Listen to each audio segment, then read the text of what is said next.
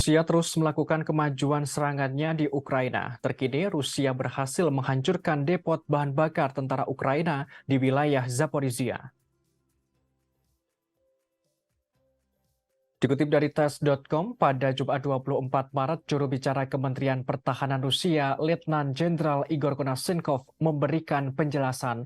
Ia menerangkan pelumas Brigade Mekanik ke-65 tentara Ukraina dihancurkan. Dalam 24 jam terakhir, penerbangan operasional atau taktis dan militer pasukan rudal dan artileri dari kelompok pasukan Rusia menyerang 76 unit artileri Ukraina di posisi tembak, tenaga kerja, dan peralatan di 114 area.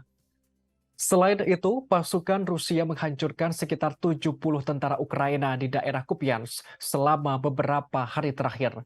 Dilaporkan pula serangan itu melenyapkan tenaga dan peralatan musuh.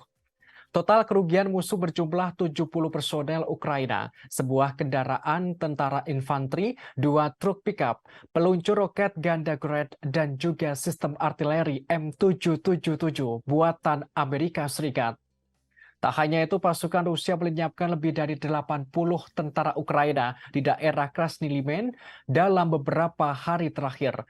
Lebih dari 80 personel Ukraina berhasil ditumpas, hingga 2 kendaraan lapis baja, 3 truk pick-up, dan howitzer D-30 dihancurkan di daerah itu dalam 24 jam terakhir.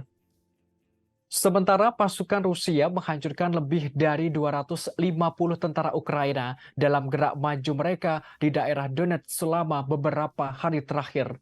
Depot amunisi Brigade Mekanik ke-56 tentara Ukraina berhasil dihancurkan di dekat komunitas Lastokniko. Selanjutnya, pasukan Rusia menghancurkan sekitar 50 tentara Ukraina dan 2 howitzer di Donetsk Selatan dan daerah Zaporizhia. Di arah selatan Donetsk dan Zaporizhia, pesawat dan artileri dari kelompok pertempuran timur menyerang unit tentara Ukraina, tepatnya di dekat komunitas Ugledar dan Novomikhailovka di Republik Rakyat Donetsk.